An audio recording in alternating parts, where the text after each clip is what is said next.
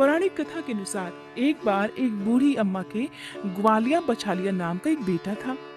बूढ़ी अम्मा अपने बेटे से बहुत प्यार करती थी और उसके लिए 12 महीने की चौथ के व्रत भी किया करती थी। बूढ़ी अम्मा का बेटा हमेशा जंगल से लकड़ियां काट कर लाता और फिर दोनों माँ बेटे मिलकर बाजार में लकड़ियां बेचकर अपना गुजारा किया करते थे। बूढ़ी अम्मा रोजाना लकड़ियों में से कुछ लकड़ियां अलग रख देती और चौथ के दिन बेटे से छुपकर उन्हें बेचकर घर में सामान लाती और 5 चूरमे के लड्डू बनाती थी। एक लड्डू अपने बेटे को खिलाती और एक लड्डू खुद खाती थी। एक बार चौथ का ही दिन था। बूढ़ी अम्मा का बेटा अपनी पड़ोसन के घर गया। उसने देखा पड़ोसन ने चूरमा बनाकर रखा था। उसने पड़ोसन से पूछा, आज क्या त्योहार है जो आपने चूरमा बनाया है? पड़ोसन कहने लगी, मैंने तो आज ही बनाया है, लेकिन आपकी माँ तो हर चौथ के दिन ही चूरमा बनाती है, आपको खाने के लिए नहीं देती है क्या? तो बेटे ने कहा, हाँ देती तो है। फिर पड़ोसन ने बूढ़ी अम्मा के बेटे से कहा कि तुम जो लकड़ियां काट कर लाते हो उनमें से कुछ लकड़ियां तुम्हारी माँ छुपाकर बेच देती है और फिर छुपाकर बेची गई लकड़ियों से मिलने वाले पैसे से वो चूरमा बनाती है। बेटे ने पड़ोसन से जब ये बात सुनी तो तुरंत अपनी माँ के पास गया और माँ से कहने लगा, माँ मैं इतनी मेहनत से लकड़ियां लेकर आता हूँ और तुम चूरमा बनाकर खुद अकेले ही खा जाती हो। आज से तुम या तो मुझे छोड़ दो या फिर चौथ माता के व्रत को छोड़ दो। बेटे की बात सुनकर माँ कहने लगी, बेटा मैं तो ये व्रत तुम्हारे लिए ही करती हूँ, मैं तुम्हें छोड़ सकती हूँ लेकिन चौथ माता का व्रत नहीं छोड़ सकती। ये बात सुनकर बेटा नाराज हो गया। नाराज होकर घर छोड़कर जाने लगा। तब माँ कहने लगी, बेटा तू जा तो रहा है लेकिन ये कुछ अनाज है जिससे मैंने चौथ माता की कहानी सुनी है, ये लेकर जा और जब भी संकट आए तो चौथ माता का नाम लेकर कुछ दाने वहां पर डाल देना। बेटे ने इस बात पर विश्वास नहीं किया लेकिन फिर भी उसने अनाज के दाने रख लिए और घर से चल पड़ा।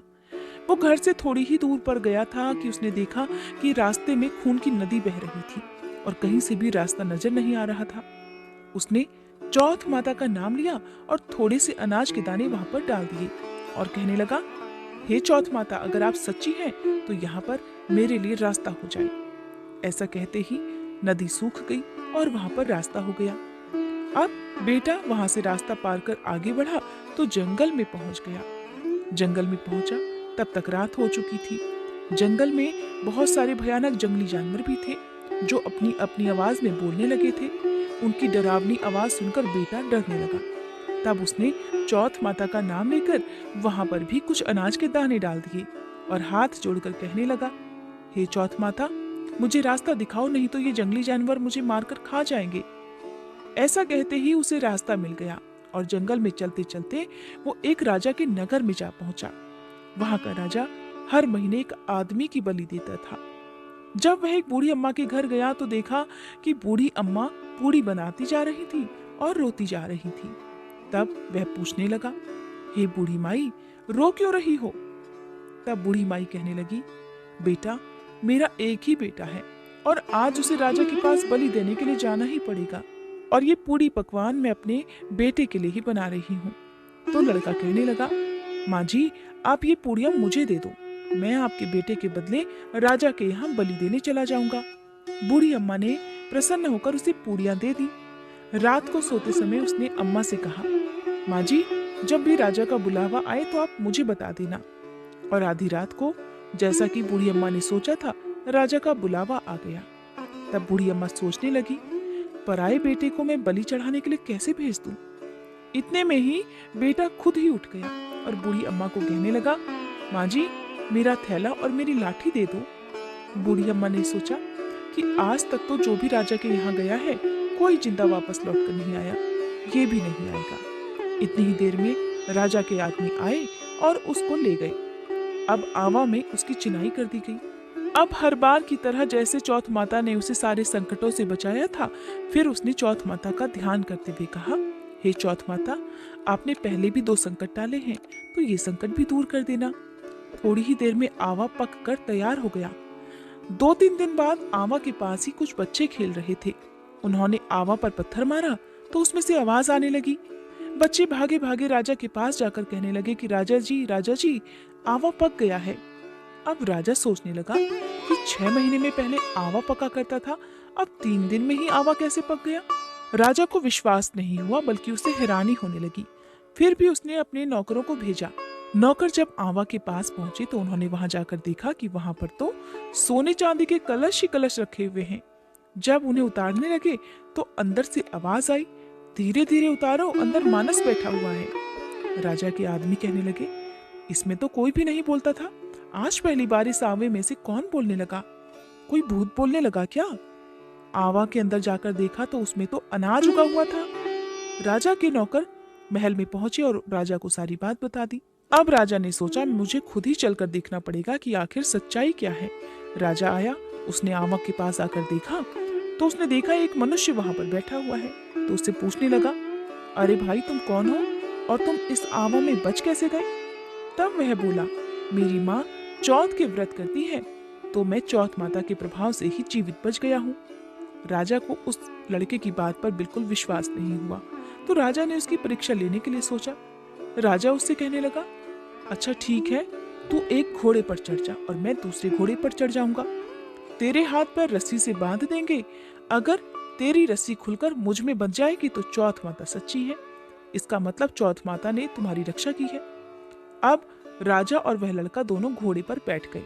तो उसने थोड़े से अनाज के दाने हर बार की तरह हाथ में रखकर कहा, हे चौथ माता, मेरी लाज रख लेना। ऐसा कहते ही उसकी रस्सी खुलकर राजा के हाथों में बंध गई।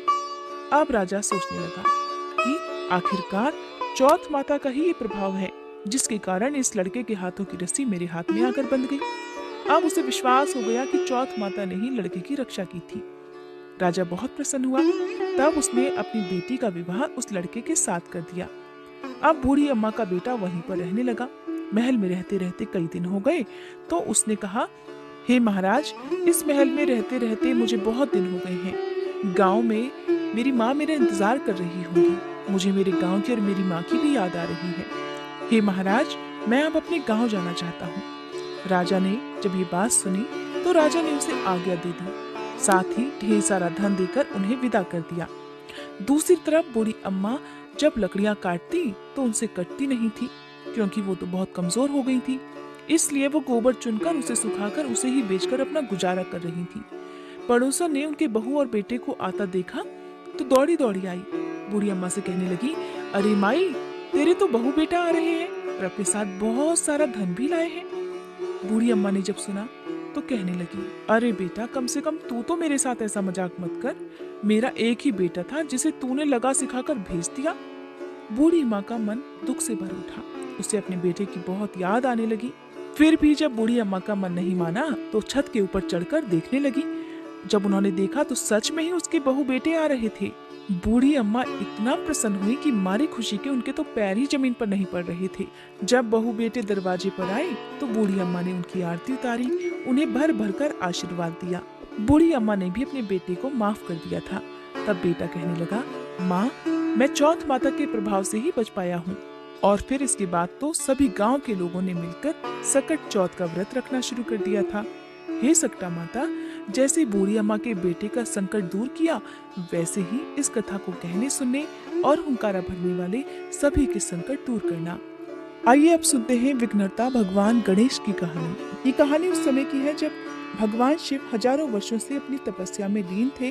उस समय माँ पार्वती कैलाश पर्वत पर अकेले ही निवास कर रही थी।